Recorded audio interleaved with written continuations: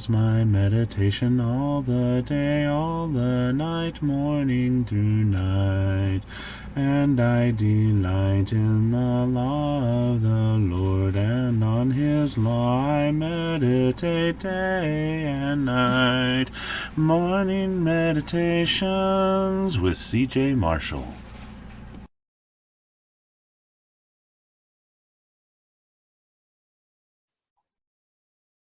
Good morning. In our society today, we tend to make a lot of excuses. We say some things like, well, the end justifies the means, or it really wasn't my fault, or he made me do it. Don't we do that when we get in a tight spot? We just make the excuse to get out of it. Put it on someone else. It never seems to be my fault. That sometimes is how we are with sin.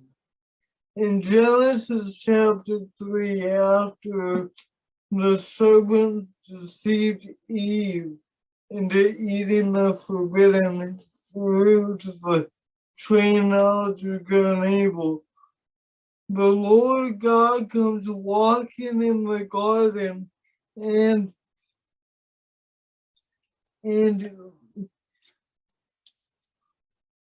he asks Adam and his wife, where are they?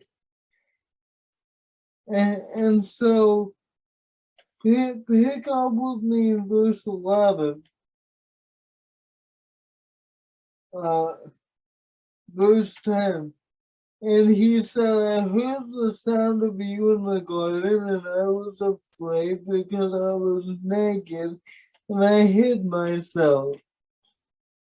He said, who told you that you were naked? Have you eaten of the tree of which I commanded you not to eat? The man said, the woman whom you gave to be with me, she gave me of the tree and I ate. And so that's the first excuse. Adam's in the tight spot. They're given one command in chapter 2, not to eat of the tree of the knowledge of good and evil in chapter 2. And that's exactly what they wind up doing. And Adam gives the excuse. And look what the woman does. Then the Lord God said to the woman, what is this that you've done? The woman said, the serpent deceived me and I ate. Adam and Eve had disobeyed God's law. They had sinned, they had rebelled. Instead of owning up to their sin and admitting that they ate the fruit of the tree of the garden that was forbidden, they kept making excuses. They do the same thing that we do day in and day out.